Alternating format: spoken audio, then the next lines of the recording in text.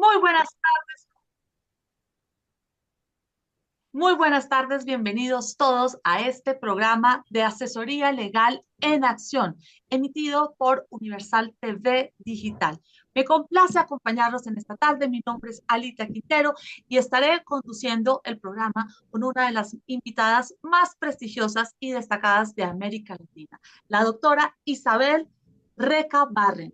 Ella es experta abogada en Derecho Internacional. Ha tenido una gran trayectoria en el Parlamento Europeo, en la construcción de políticas de Europa y de América Latina, también pasando por los temas de mujer y la consolidación de diferentes estrategias del derecho internacional y la globalización de los conceptos de los países que nos acompañan en esta transmisión tan especial. Muy buenas tardes para todos. Bienvenidos a esta emisión de su programa Asesoría Legal en Acción. Vamos a darle la bienvenida a la doctora Isabel. Muy buenas tardes, doctora. Bienvenida. A ti, Alita, muchas gracias por la invitación. Te felicito por la conducción del programa, que estoy segura que va a tener mucho éxito, sobre todo por tu capacidad de llevar adelante una entrevista, que no siempre es algo automático, aunque muchos creen que sea algo automático. Aquí estoy. Bueno, acá estamos construyendo conceptos y construyendo también pensamiento, porque hay una frase que es su lema y es: el conocimiento genera desarrollo. Las personas con conocimiento constituyen el mejor recurso de una nación. Pero acá vamos a traspasar las fronteras y hacerlo no de una nación, sino de las naciones. De un Doctora continente. del continente. Doctora Isabel, muy buenas tardes. Qué gusto compartir con usted. Iniciemos por hablar un poco de su trayectoria profesional. Ser abogada internacionalista en América Latina es un gran desafío, también justamente por ese sesgo que tenemos las mujeres sobre unas perspectivas a las que nos hemos tenido que enfrentar para buscar la igualdad en la oportunidad de los trabajos y de las oportunidades académicas. ¿Cómo ha sido este desarrollo académico y profesional para una mujer que es vanguardista? Bueno, yo creo que comienza con la familia. Comienza con la educación familiar, comienza con la relación con tu padre, en el caso que tú eres mujer. Es muy importante la relación con el papá. Y sobre todo porque el padre es lo público y te permite a las mujeres que tenemos una buena relación o que hemos tenido una buena relación con nuestros padres, con nuestro padre en particular, adquirir esa seguridad que no te va a ser fácil de arrebatar y vas a tener claramente la figura de tu centralidad, de tu intelectualidad, porque el diálogo de la hija con el padre es muy importante. Ese diálogo es insustituible, es edificador y yo considero, lo he podido comprobar en muchas amigas que tengo, cuál es la relación con su padre, la relación con su padre, las conversaciones con su padre. Eso te da realmente la fuerza para poderte posicionar, digamos, en la sociedad, ¿no? Eso no significa triunfo, significa tu realización personal, tu realización intelectual. Bueno, pero estamos hablando de casi una mirada transgeneracional Sí. desde un tema cuántico y una canalización de la energía de estos grupos familiares y nuestro sistema, el sistema realmente que es este grupo familiar en el cual estamos constituidos y cómo esa transgeneracional impacta no solamente en nuestra vida íntima, personal, sino también en la profesional, como nos lo está narrando, doctor Isabel.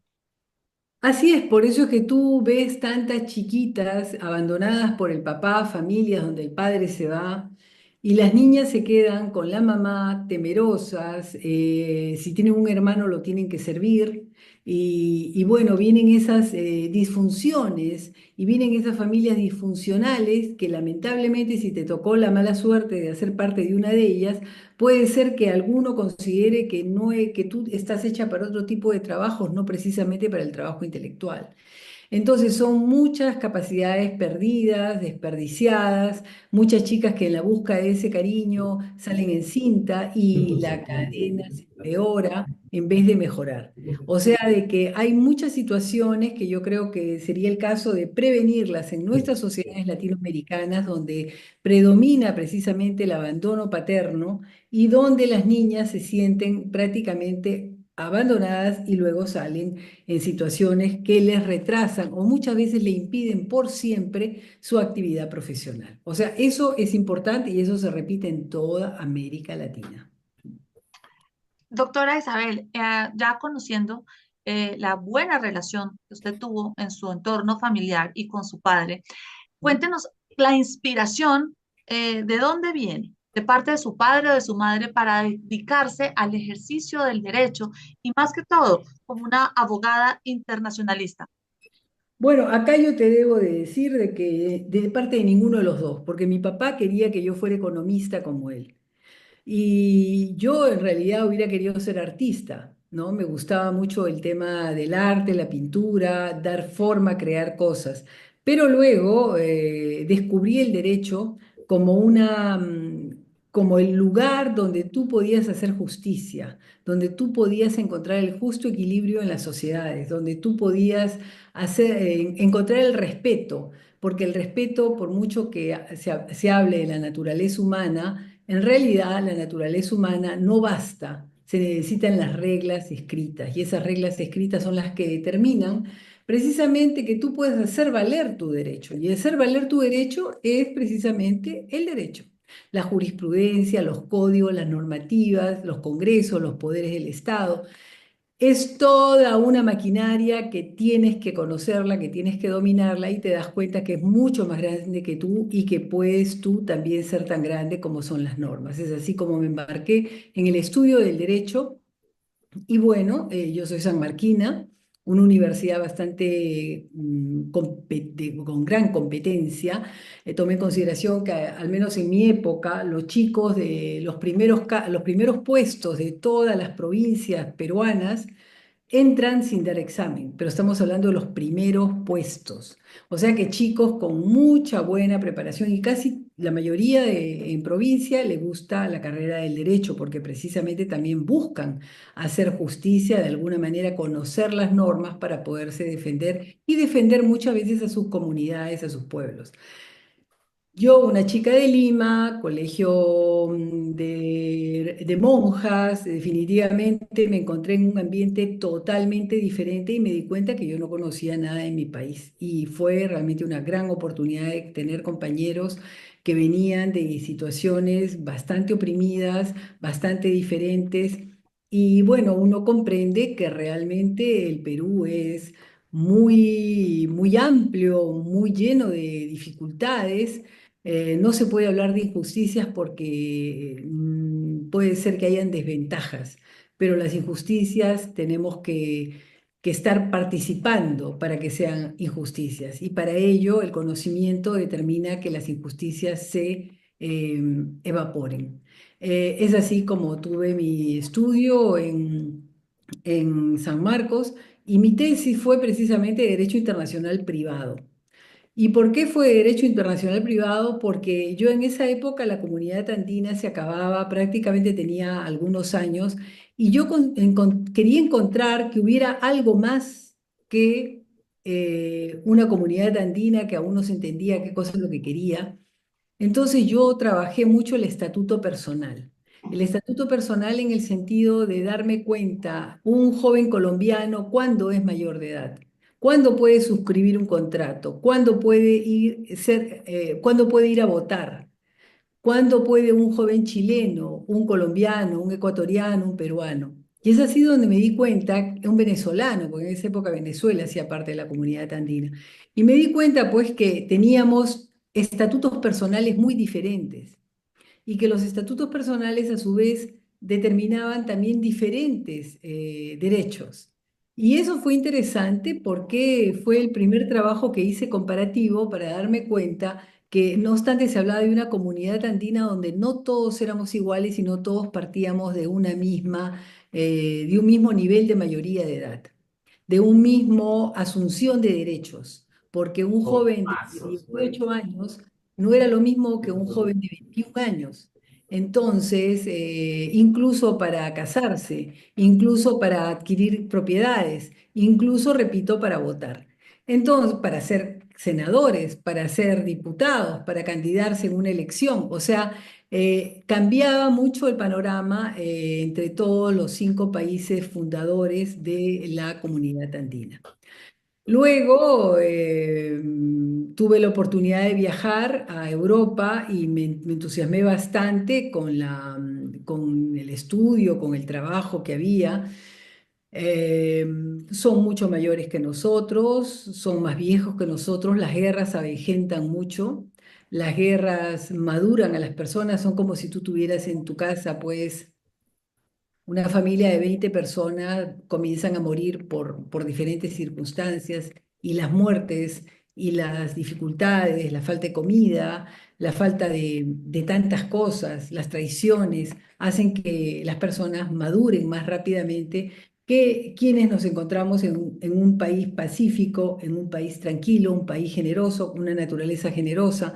En fin, todo eso hace que Europa obviamente acelere más su desarrollo y su necesidad imperativa de darse cuenta de que tienen que esforzarse el doble, si no el triple, porque no tienen recursos naturales como nosotros, por ejemplo, los tenemos.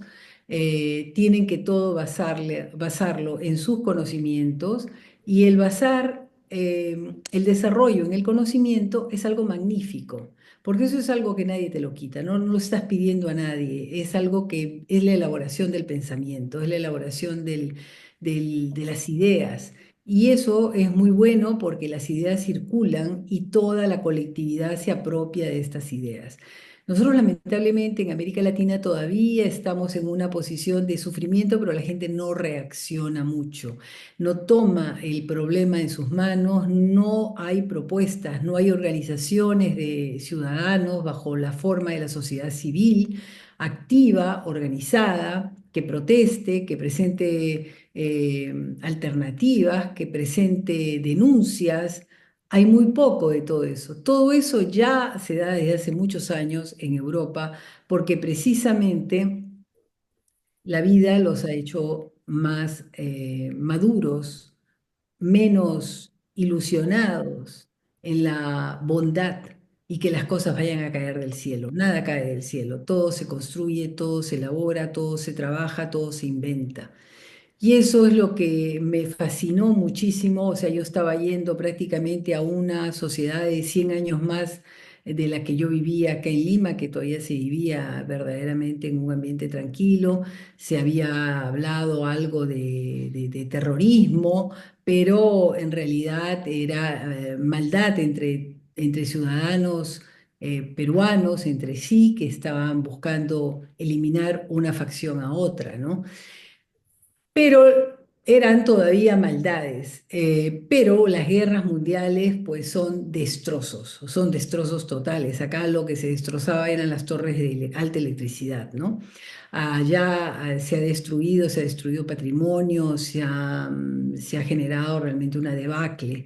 Y esa debacle los hizo resurgir, y en ese resurgimiento viene esa época de creatividad en toda Europa, deseos de vivir, deseos de querer, y se desarrolla todo, se desarrolla desde el cinema hasta las producciones, la educación. Los muchachos tienen que estar preparados para enfrentar retos de conocimiento y el conocimiento está basado en el pasado, no cortan y dicen desde ahora para adelante, no, hay todo un pasado griego, latino, etcétera. Entonces me gustó mucho, me fascinó esa sociedad.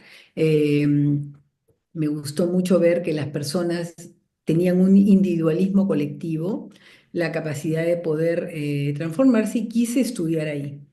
Al final, no quiero entrar en mi vida personal, pero al final acabé estudiando en Europa. Hice primero una especialización en Derecho y Economía de la Unión Europea, porque traté de entender cómo es que se regulaba la vida de los europeos. La vida de los europeos era nacional, pero también era supranacional. Y esa supranacionalidad era lo que para nosotros era la comunidad andina, porque precisamente la comunidad andina nace bajo la influencia de la Comunidad Económica Europea. La Comunidad Económica Europea siempre ha dicho, un país solo no podrá defenderse con lo que va a venir en el futuro. Tienen que ser grupos de países que se unan bajo ciertos principios y precisamente así se da inicio a la Comunidad Europea, así se da inicio al Pacto Andino, pero solo que el Pacto Andino admite un nuevo modelo, en realidad no lo siente. Hasta ahora no lo siente, no se encuentra cuál es la ventaja entre uno y otro. Lo encontrará uno que otro empresario, lo encontrará uno, pero en realidad no ha calado en la sociedad. Esa es la verdad. Entonces, ¿cómo poder hacer para que cale en la sociedad? Pues proyectos regionales. Tiene que haber una modalidad que una a todos los países en base a la construcción, como lo ha hecho Europa. Es así donde yo estudio este proceso por 2 años. Me gustó muchísimo poder entender y volverme especialista en el proceso comunitario, pero la verdad es que no me bastaba porque yo veía que a pesar de ser yo latinoamericana, no estaba colocada como yo estaba colocada acá. Entonces consideré que lo que me faltaba era estudiar más y solicité participar en el doctorado en Derecho Internacional de la Economía. En realidad luego descubro que aunque estudiara lo que estudiara, la relación en Europa ya venía desde muy lejos, precisamente desde San Agustín, uno de los padres de la Iglesia Católica, que consideraba que las mujeres solo servíamos para reproducir la especie y no éramos adecuadas ni para dirigir un patrimonio, ni para poder racionalizar las cosas. Es verdad que muchas mujeres cuando no estudian, no usan el cerebro, solamente son pura pasión, puro corazón, pura emotividad. Y eso, sin duda, es interesante, pero no se razona. Y no razonando, vivimos de impulsos, vivimos de angustias, vivimos de temores, sobre todo los grandes temores. Y eso hace que se haya subestimado la figura de la mujer. Pero en cambio la mujer siempre llega a ser buena porque la mujer es madre. Entonces todo eso me hizo entender un poco los problemas que han habido en Europa para que las mujeres adquieran un cierto protagonismo y que la sociedad sea construida en base a una imagen femenina y que sea sobre todo construida bajo una imagen masculina. Y el masculino obviamente goza a la grande de esta situación porque dirige. Dirige, tiene mejores ideas, no se le discute, entra a trabajar el patriarcado. Entonces, ¿cómo es posible que se pueda hablar de una sociedad para una colectividad mixta cuando solamente prevalece la mentalidad masculina? Entonces, bueno, yo después de haber estudiado, trabajado, mis preguntas estaban acumulándose y por otro lado, a nivel de Unión Europea, si en el año 2006 nace la Asamblea Parlamentaria Unión Europea-América Latina. Esa Asamblea Parlamentaria Unión Europea-América Latina es muy interesante. Eso ha sido un gran impulso que dieron los españoles, en particular el diputado Salafranca, porque consideró de que era necesario tener un espacio de discusión. Pero quiero decir que antes de la Asamblea Parlamentaria hubieron conferencias interparlamentarias, que precisamente fueron las que dieron lugar a la Asamblea Parlamentaria Unión Europea-América Latina. Estas asambleas interparlamentarias, que estaban conformadas por los países fundadores, más conforme iban ampliándose la Unión Europea, y los diferentes parlamentos latinoamericanos. Eso fue muy interesante porque trataron de ver cuáles eran los puntos convergentes entre la mentalidad europea y la mentalidad latinoamericana. En realidad eran momentos muy agradables, yo tuve la fortuna de haber participado en algunas de ellas. Yo no sé cuánto los latinoamericanos entendíamos qué cosa significaba eso, porque muchas veces nos hemos dejado brillar, digamos, o hemos perdido la visión cuando vemos el tema económico y pensamos que todo sea riqueza. En realidad la riqueza la fomentamos cada uno en base a nuestras capacidades. Eso no se entendía, entonces lo que se entendía, Unión Europea, dinero, viajes, comer bien, vestirse bien, es todo un tema cultural, es la cultura lo que ha dado lugar. Por ejemplo, la cultura, el buen vestir italiano es producto de cultura. El buen comer es resultado de la cultura. Hasta los platos, la cultura gastronómica que Perú ahora tiene y la reconoce, pero Perú no reconocía su gastronomía hasta, hasta que un hijo de un diplomático tuviera la desvergüenza de decir, esto es riquísimo y yo te lo vendo. ¿Y quién iba a vender un oyuquito? ¿Quién iba a vender un caucao? Hasta los nombres daban risa. Entonces, ahí vemos que hay una cultura. Y esa cultura sale a flote. La misma cultura del design, la misma cultura de la moda, la misma cultura de hacer un auto, la misma cultura de mejorar las casas, mejorar los productos. Y bueno, o sea que las conferencias interparlamentarias crearon la base de lo que luego fue la Asamblea Parlamentaria de Unión Europea de América Latina. Pero la cosa extraña es que cuando las conferencias interparlamentarias funcionaban ecuamente, mitad mujeres, mitad hombres. Se trabajaba para unir América Latina y la Unión Europea. Extrañamente, cuando surge la Asamblea Parlamentaria Unión Europea América Latina, Europa sigue manteniendo una presencia masculina y femenina equivalente. En el caso de América Latina, las mujeres desaparecen y solamente llegan hombres. Entonces es ahí donde a mí me surge una pregunta: ¿dónde están las mujeres? Entonces, cuando yo pregunto dónde están las mujeres, ¿dónde están las mujeres? Y en las conferencias interparlamentarias habían tantas mujeres, ¿por qué no están las mujeres ahora?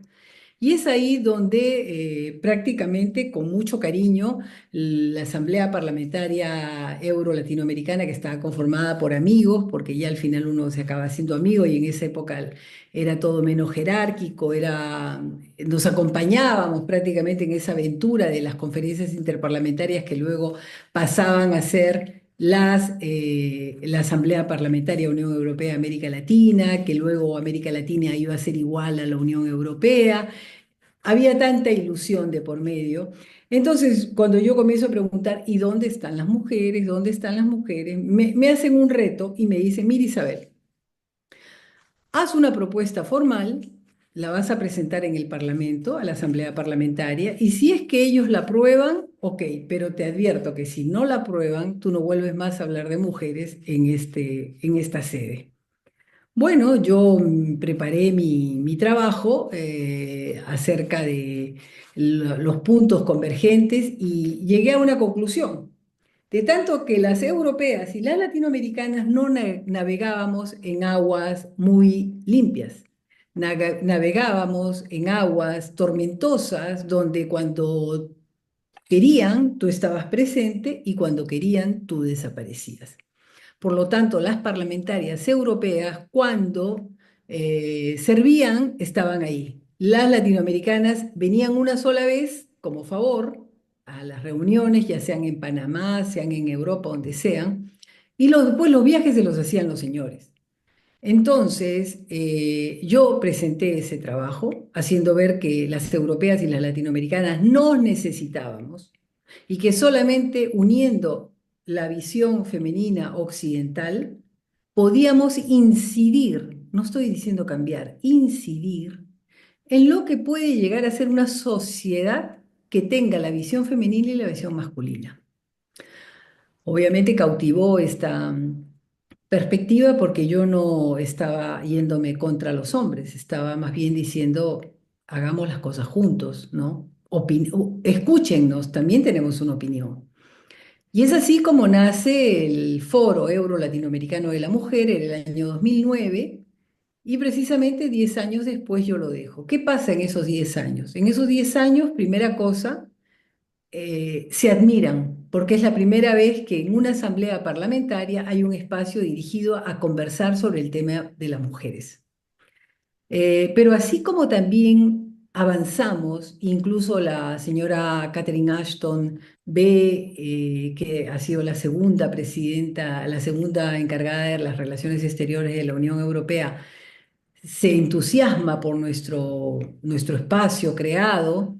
Dicho sea de paso, me nombran coordinadora y yo me quedo 10 años coordinando ese foro en el Parlamento Europeo. Comenzamos a ver que em, la participación femenina era bien vista en dos aspectos.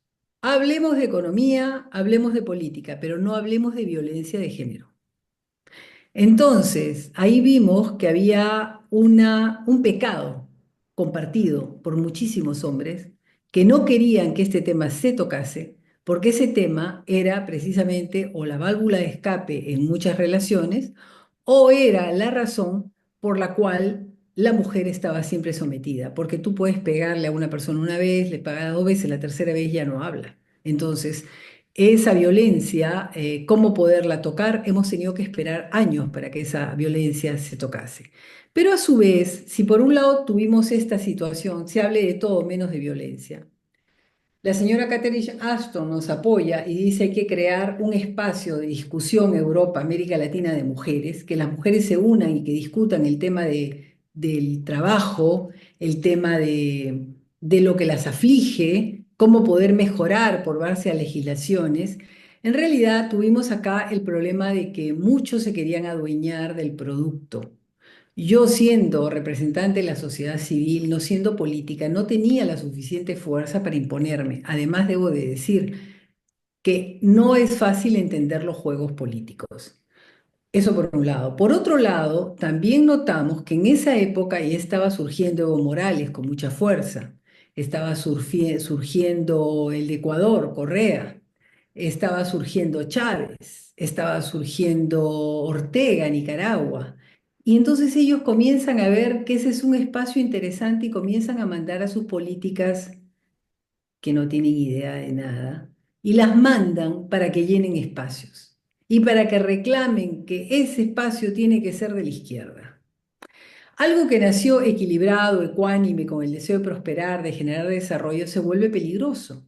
Se vuelve peligroso porque comienza a ser un espacio donde comienza a transmitirse las ideas de estas personas, de los Correa, de los Chávez, de los... O sea, algo así como que viene la ideologización, o sea, se ideologiza unos conceptos de desarrollo del pensamiento y de intelectuales, empiezan a tener como un título, un nombre. Alguien se empieza a adueñar de esas corrientes de pensamiento. se adueñan primero los espacios, quitando la, el pensamiento genuino que tenía el foro, que era generar la unión entre las mujeres a nivel occidental.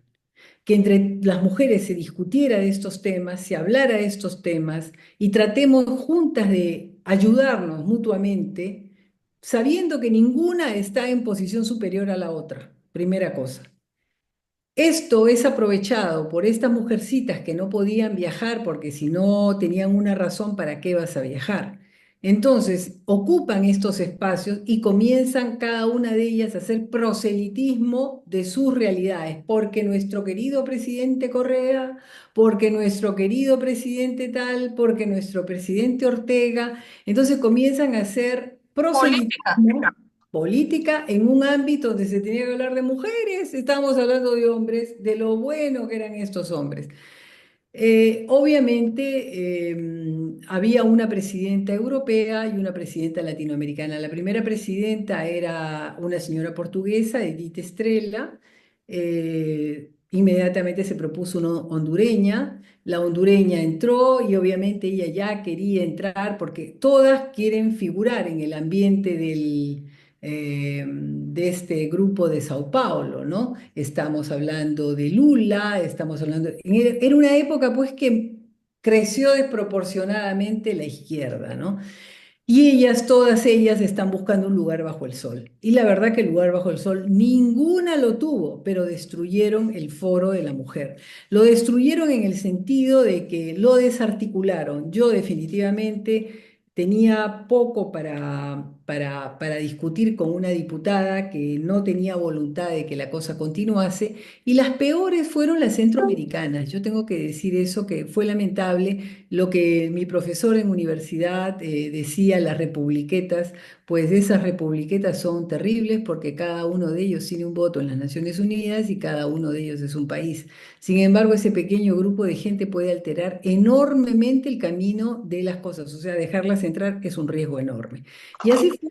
Crearon gran escompillo, gran problema. Yo decidí en el 2019 retirarme y dije porque ya no se puede hacer mucho. Pero luego me di cuenta que en otros espacios las cosas todavía estaban peor porque ya no se hablaba simplemente ya de elogiar al líder, sino se hablaba ya del transgender, se hablaba de que eran mejor los homosexuales y que las mujeres, en otras palabras, éramos malas con los homosexuales, que entonces yo discutía con jóvenes, muy jóvenes, sobre todo mexicanas, que yo no sé qué les ha sucedido, que decían que prácticamente no era posible que nosotros seamos tan egoístas en estar preocupándonos de las mujeres cuando había tanto problema con los homosexuales. No, era imposible discutir con ellas, era imposible. Me dieron me dijeron de todo, ya ni me acuerdo, es mejor que no me acuerde, pero dije muy mal, definitivamente pésimo, ni vale la pena desgastarse en energías porque entre todas ellas se Una respetan. pregunta aquí, doctora. ¿En qué momento o por qué razón estas líderes que representan un movimiento para la inclusión de los derechos de la mujer o del feminismo trascienden a un punto en el que se convierten inflexivas e irracionales con la incapacidad de tolerar y escuchar opinión de otras mujeres que están construyendo también escenarios de mujer? Yo no sabría darte una fecha, pero lo que sí te puedo decir es que sobre todo salen de Argentina, salen de todos estos países que aparentemente grandes, salen también de Chile, porque me las he encontrado a todas. Mi dificultad en la asamblea parlamentaria no fueron las europeas estaban felices conmigo, han sido las latinoamericanas, mejor dicho, las centroamericanas. Las latinoamericanas obviamente respetaban porque habían argumentos que ellos tenían que respetar y sobre todo que personalmente había sido la fundadora del foro. Luego yo cedo el foro a la Asamblea Parlamentaria. Si uno en este momento va a ver la Asamblea Parlamentaria Unión Europea América Latina, hay un espacio que se llama Foro de la Mujer.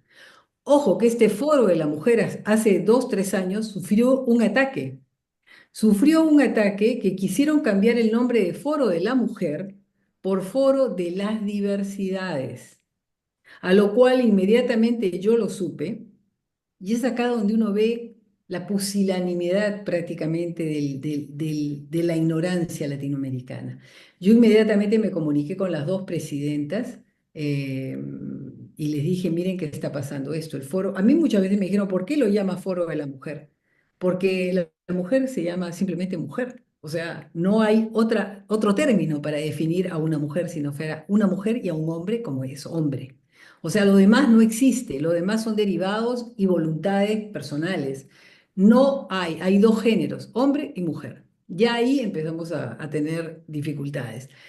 Y luego estas dos señoras, las dos expresidentas europeas, inmediatamente intervinieron y bloquearon el cambio de nombre. Pero el cambio de nombre lo propusieron las izquierdistas latinoamericanas, que querían que se volviera el foro de las diversidades.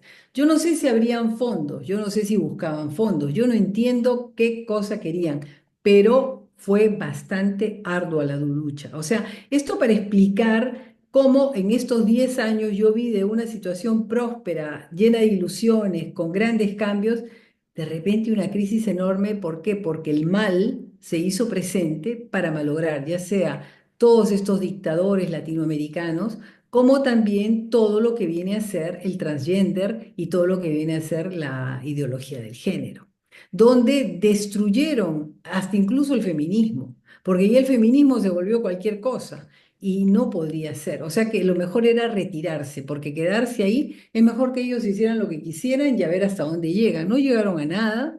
Porque en realidad ni entre ellos mismos saben lo que quieren. Lo que querían era simplemente apropiarse de estructuras, de instancias para poder hacer proselitismo cuando el jefe disponga. O sea que la mujer se puso a disposición de intereses políticos de terceros.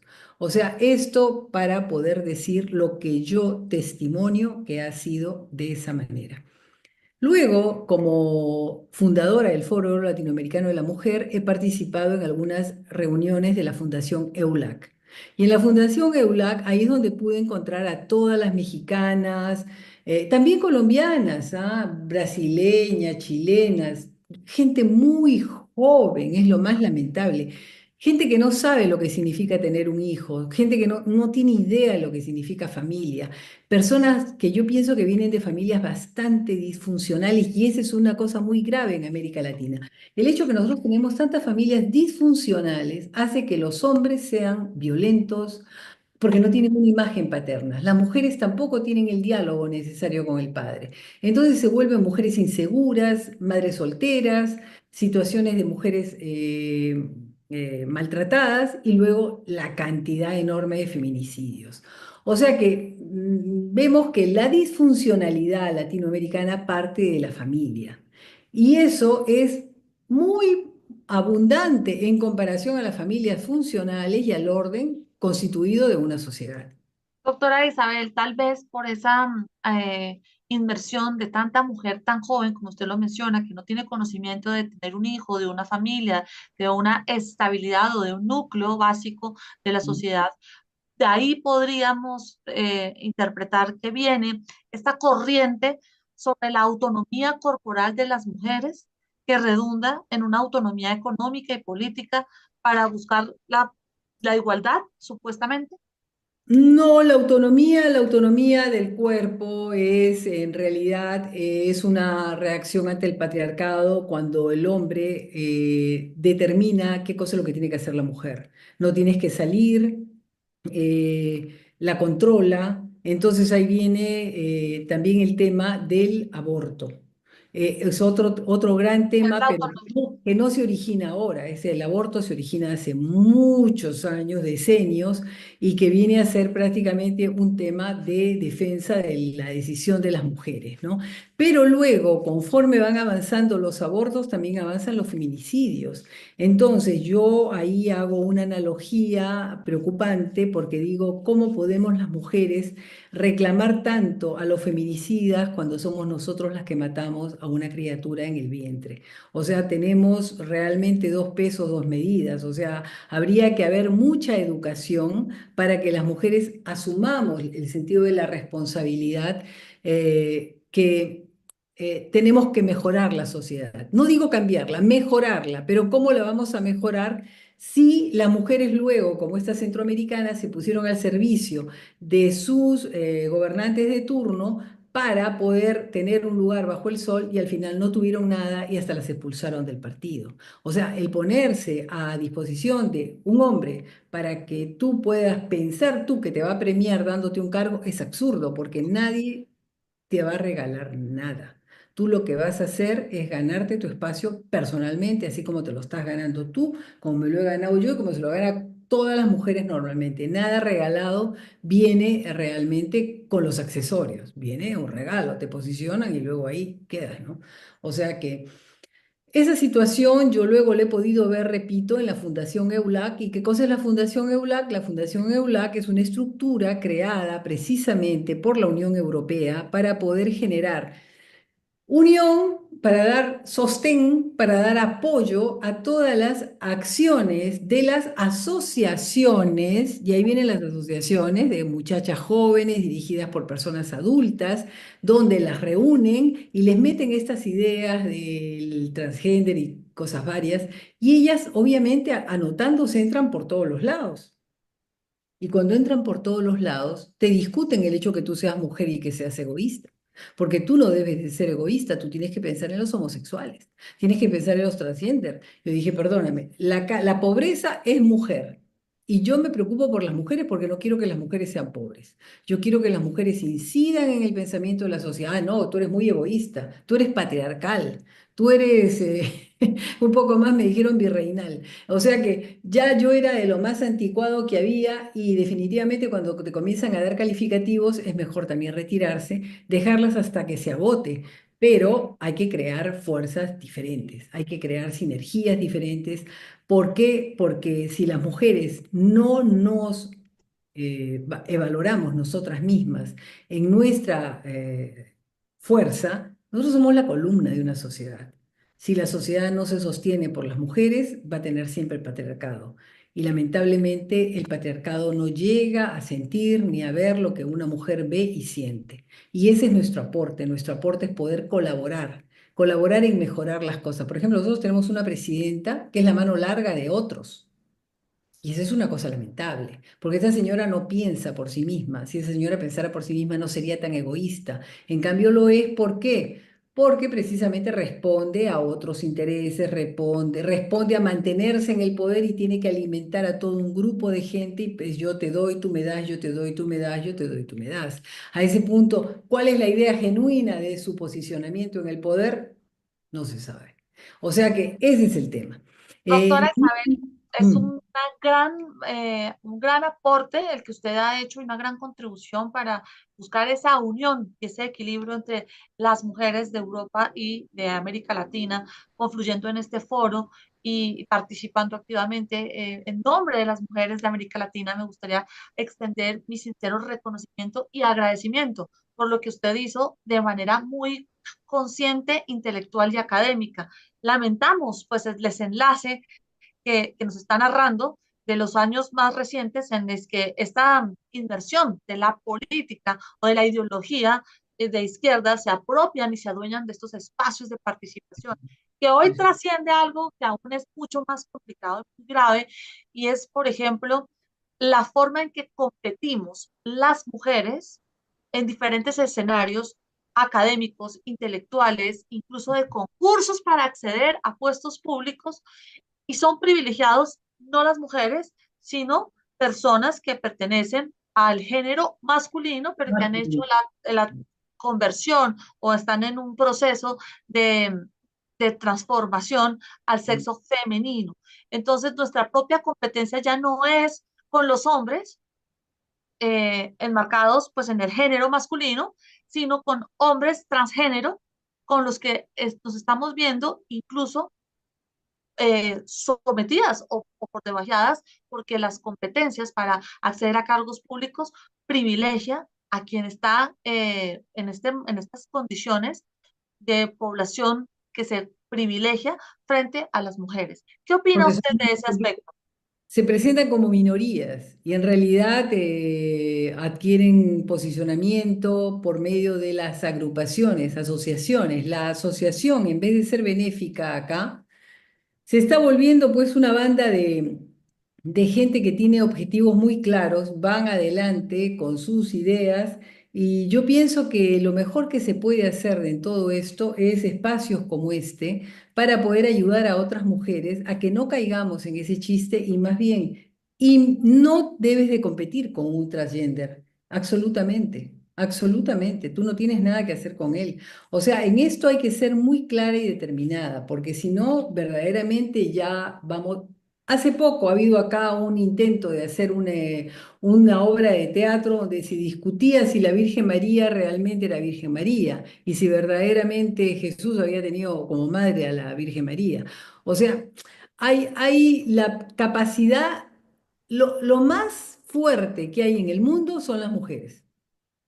Es lo más fuerte que hay. Y nadie, por muy homosexual que sea, podrá trasplantarse un aparato reproductor como el que tenemos las mujeres. Y si Dios nos ha dado esa capacidad de transmitir la vida, pues tutelémosla, tutelémosla. En cambio, en muchos lados están buscando cómo aborto, cómo aborto, cómo aborto.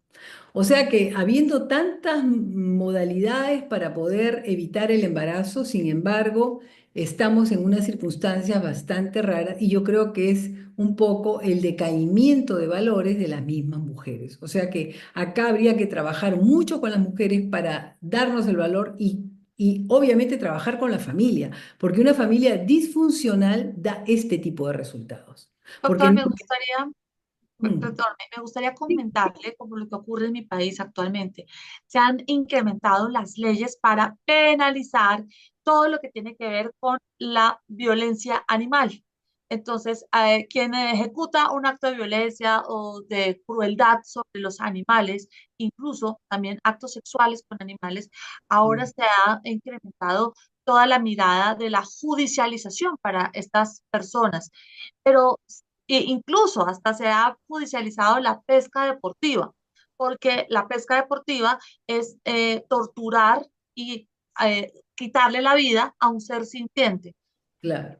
Y todo este reforzamiento de políticas que favorecen a las políticas animalistas Mm, también se contraponen frente a lo que ocurre en mi país, que es cada vez más extender el tiempo en el que es legítimo y legal hacer la práctica del aborto para la mm, mujer.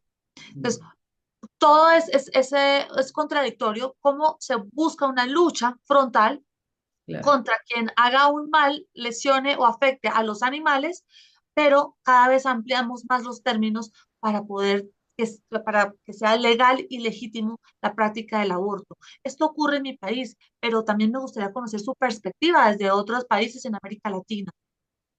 Pues mira, van un poco por esa línea porque las lobbies, o sea, nuevamente volvemos al tema asociativo, las asociaciones trabajan para que se apruebe esto u otro y van al Congreso y hacen todo ese trabajo y convencen.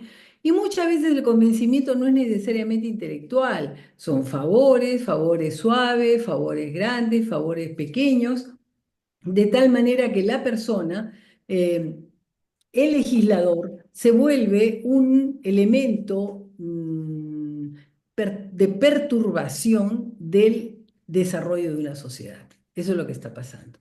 Sí. Bueno, yo no puedo desaprovecharla a usted, una invitada tan importante que tiene tantísimo conocimiento y que de los temas de actualidad. Discúlpeme, vamos a hacer un salto aquí grande, agradeciendo todo lo que nos ha aportado y nos ha compartido a nuestra audiencia de este maravilloso programa, pero hay que hacer un salto aquí a la transformación de los globalistas y los temas de actualidad, especialmente de la guerra y cómo se han hecho esfuerzos por parte del presidente Donald Trump para aproximar la paz, para llegar a esa paz y cómo estas aproximaciones han sido criticadas severamente. Doctora, para usted es esta pregunta y por favor ilústrenos sobre estos momentos contemporáneos que estamos viviendo y cómo podemos afrontar y entender mejor la actualidad global. Bueno, nosotros tenemos que entender que hace poco Trump ha abierto unos registros de USAID donde aparece dónde fueron a parar los fondos de los Estados Unidos a estructuras de ONGs, de asociaciones, etcétera, etcétera, a nivel mundial. Y hemos visto la influencia que ha habido al dar donativos a este grupo de asociaciones para que estas asociaciones puedan transmitir ideas de transgender y tantas cosas varias, precisamente los globalistas, ¿no? Tenemos a Soros, ¿no? Es uno de los hombres más ricos que hay, que ahora ha sido suplantado, digamos, o sustituido. Tantas cosas que han habido, hasta incluso de pedofilia, abundante pedofilia, falta de valores cristianos, falta de valores de cualquier tipo. Es decir, eso es lo que ha sido el globalismo. Y estábamos yendo, en realidad, hacia una tercera guerra mundial. Actualmente, con la elección de Trump, porque la cosa ya era irreconocible en la sociedad norteamericana y en las diferentes sociedades, hasta incluso en los planes escolares, intervinieron modificando que tú de niño puedes cambiarte de sexo. Las cosas eran muy realmente aberrantes. La gente, la misma sociedad, ha votado Trump dándole la mayoría en todo sentido. Al darle la mayoría en todo sentido, obviamente Trump tiene la fuerza de poder modificar. Él sí puede cambiar la sociedad, no incidir, cambiarla. Nosotros podemos incidir, él la cambia. Y precisamente dentro de esa idea del cambio, es que se está dando ahora este choque tan fuerte que obviamente está teniendo repercusiones porque, por un lado, Trump quiere pacificar a Ucrania con Ujú. Rusia. En cambio, Rusia ha sido vista por todos estos años, estos 3 años de guerra, como un monstruo. Le han decomisado dinero, le han insultado, le han dicho de todo. Nadie se ha ido a percatar la historia que estaba atrás entre Rusia y Ucrania. Nadie ha querido saber nada de todo eso. Entonces, sin entrar en a favor o en contra, simplemente quiero decir de que Zelensky es una persona que está muy agradecida al Partido Democrático por la cantidad de dinero que le han dado en estos 3 años. Gracias al dinero que le han dado, él ha podido comprar armamento y gracias a ese armamento es que tienen lucha con Rusia, porque si no, Rusia ya los habría invadido completamente. Ahora, obviamente a la Unión Europea no le interesa que Ucrania sea invadida completamente porque puede llegar a Polonia, puede llegar a otros países ya de la Unión Europea. Hay que parar. Y ese parar está prácticamente Ucrania porque se encuentra geográficamente situado ahí. Pero por otro lado, tenemos que esta guerra tiene que pararse. No puede ser posible que esta guerra continúe al infinito. Y en 3 años nadie quiso hacer un solo gesto a favor de la paz, de buscar la paz. Entonces, ¿cómo puede ser posible que el encargado de las relaciones externas de la Unión Europea, Borrell, nunca encontró una posibilidad de paz? Nunca encontró una manera de sancionar fuertemente a Maduro. Nunca encontró una manera de sancionar a Ortega. Hemos visto que todos los izquierdistas latinoamericanos prácticamente han vivido en paz durante toda la época de la presidencia, primera vez presidencia von der Leyen, primera presidencia de Josep Borrell. Entonces, nadie buscaba la paz, todo estaba bien. ¿Quién ganaba con todo eso? Porque al final hay que hacer números. ¿Quién ganaba en todo esto? Ganaban los Estados Unidos de Biden.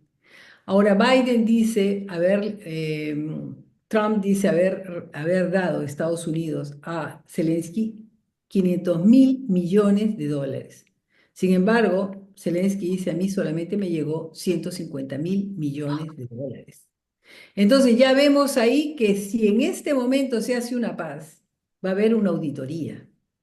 Y ahí el Partido Democrático va a saltar hasta el techo. Entonces Por hay una supuesto. oposición a que se haga la paz, porque las cuentas se van a aclarar. Estamos en este momento. Ahora, para completar el panorama, aquí no hay ningún invitado que no tenga interés. Inglaterra, con actualmente el presidente del Consejo Steinmeier, acaba de firmar el acuerdo con Ucrania por ni más ni menos que por 100 años. 100 años. Es la primera vez que se hace un acuerdo por 100 años. Y también es Normalmente, muy reciente de que saliera el presidente directamente de la reunión de Estados Unidos en el avión directamente para Inglaterra a reunirse con el rey Carlos. bueno, todo eso tiene un proceso, no es precisamente inmediato. Yo estoy hablando del acuerdo que firmó Steinmeier con Zelensky en enero, pero es un acuerdo que se ha ido trabajando desde hace 3 años, Inglaterra con Ucrania. Porque el gran enemigo de Rusia es Inglaterra, Reino Unido. Reino Unido tiene una cuenta con Rusia fuertísima y Rusia la tiene con Inglaterra. Precisamente Zelensky estaba negociando la rendición con Putin y le estaba dando el Donbass y la Crimea, y de repente llegan Rusia, llega Borrell, llegan todos los globalistas y le dicen, no, nosotros te vamos a apoyar, hay que hacerle la guerra. Obviamente Zelensky, otro tonto que se deja llevar y comienza a justificar su existencia diciendo, yo soy el muro de contención para que Putin no entre en Europa. Él se pone en esa circunstancia y por 3 años ha llevado adelante la guerra. ¿Cuáles serán los fondos que tiene Zelensky? No lo sabemos, pero lo que sí sabemos es que la venta de armamentos y la compra de armamentos es la economía más rentable del mundo. Y Zelensky firmó en enero el acuerdo por 100 años que comparte todos los aspectos de una sociedad, desde la educación, la sanidad, las inversiones, la producción, incluso prevé la creación de un área en Ucrania donde les van a enseñar, van a volver prácticamente Ucrania un feroz soldado y van a saber manejar toda la mayor tecnología de armamentos para defenderse contra Rusia. Pero ojo, que es un acuerdo de 100 años. En este momento, ¿quién es el que tiene más incidencia en Ucrania? Reino Unido. Trump, dándose cuenta cómo están las cosas, que lo han querido desvalorizar ante las cámaras, diciendo que él estaba utilizando medidas no adecuadas para buscar la paz con Putin, porque eso fue lo que hizo Zelensky.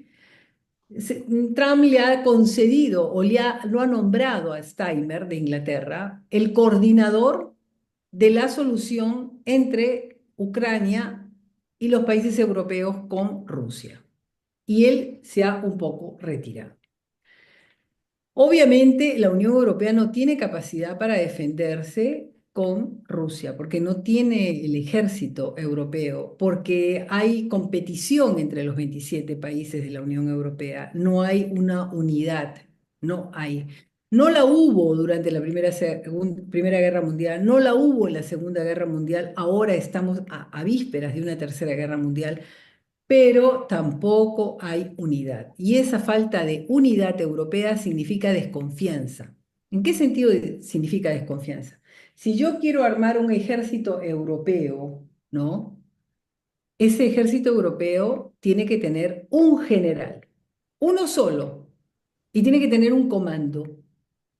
¿Quién va a ser el general? ¿Alemán? ¿Francés? ¿Italiano? ¿Greco?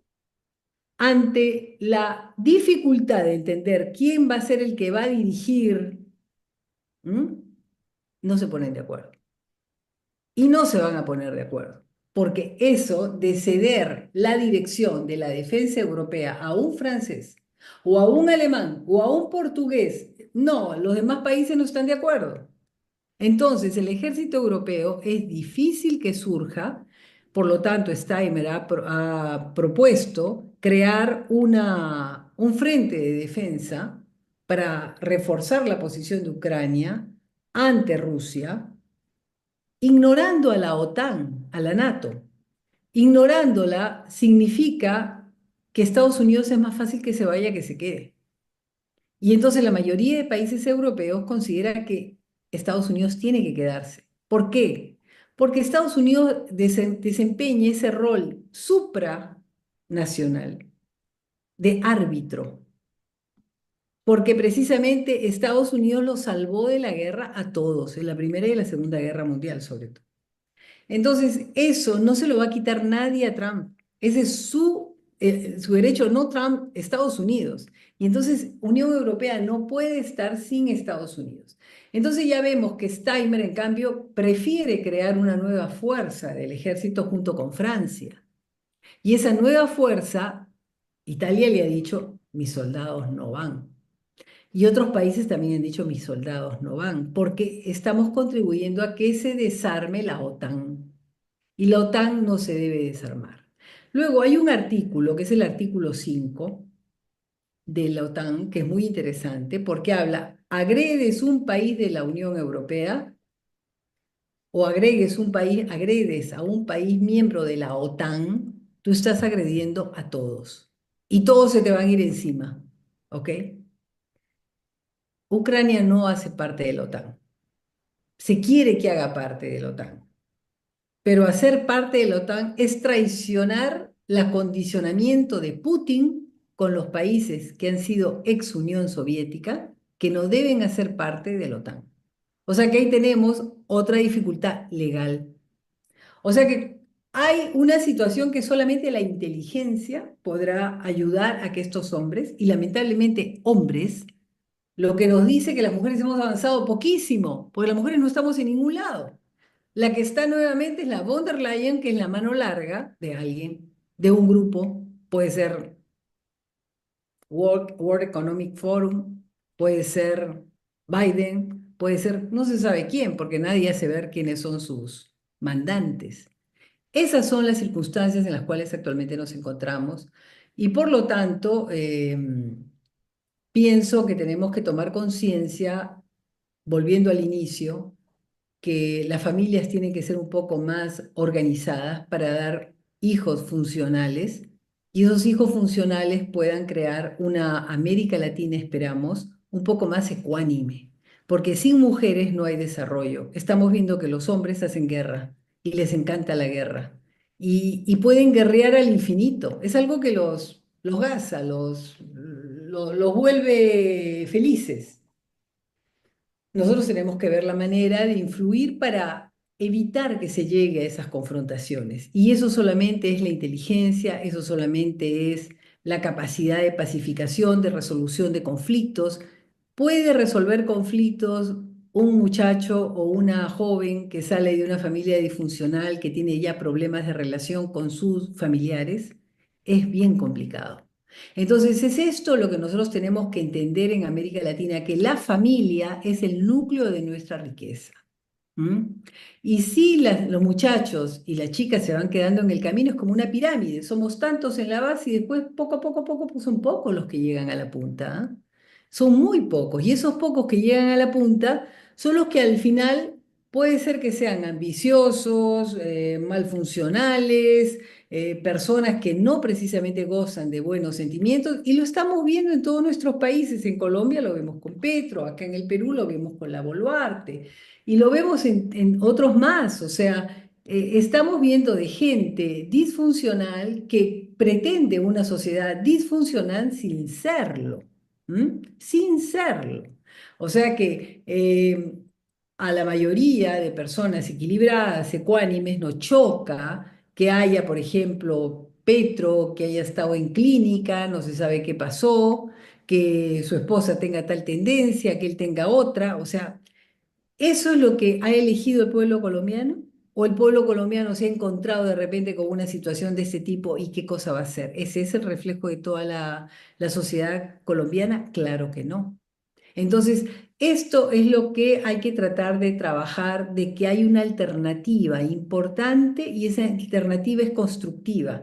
El hecho que yo me haya eclipsado porque llegó esta izquierda salvaje al Parlamento Europeo, yo no lo doy por concluido. Es más, ahí está, hay que trabajar para recuperarla, hay que trabajar para mejorarla, hay que difundir las ideas para que las muchachas adquiramos una sola pregunta: ¿por qué no hay protagonistas mujeres en esta guerra? ¿Por qué no hay voces pacifistas de parte de mujeres que tengan una idea brillante y que digan, no, fíjate, Trump, se puede hacer así, se puede hacer así? ¿Por qué? Entonces, quiere decir que estamos en nada. Estamos en nada. Y estar en nada significa estar en nada. No contamos. Entonces, yo creo que eso debe ser uniendo, digamos, todo lo que está pasando y viendo el mapa donde las mujeres no hay, no están. ¿Ah? O sea, tratar de alguna manera que las cosas vayan en interés de cada familia, en interés de cada sociedad, en interés de cada país, en interés de cada región, en interés del mundo. Porque sin principio y valores a ningún lado vamos a llegar. Doctora Isabel, muchísimas gracias por su tiempo, por su conocimiento, por permitirnos y por darnos la oportunidad a toda esta maravillosa audiencia de conocer un poco más íntimamente y cerca a una mujer tan talentosa y maravillosa que nos da la oportunidad de pensar en que la influencia de la mujer debe estar presente aquí, ahora, incluso también para buscar mecanismos de pacificación de los conflictos internacionales y por supuesto también de los locales. Y esa construcción de un modelo familiar funcional, organizado, estructurado, pues es el mensaje de reflexión para nuestra audiencia. Doctora Isabel, qué maravillosa invitada. Muchísimas gracias por su tiempo. Vamos a despedirnos muy rápidamente, doctora, porque el tiempo se nos ha agotado. Perfecto, me encantó, te deseo la mejor de la suerte, Salita. Sigue adelante y que tu curiosidad cada vez se acreciente más para hacer más preguntas. Muchas gracias. Sí, me dejó muy curiosa y con ganas de más, pero creo que ese es el éxito de tener un magnífico invitado y esta invitada es una invitada muy especial. Muchísimas gracias, doctora Isabel. Gracias a la audiencia, a todos ustedes que nos ven en este momento y los invito para que nos sigan en nuestras redes sociales y nos acompañen a conocer cada vez más una exploración de un mundo nuevo desde la perspectiva del derecho en América Latina. Asesoría legal en acción se despide de este episodio, no sin antes darle las gracias por su amable audiencia. Muchas gracias y feliz día. Ok.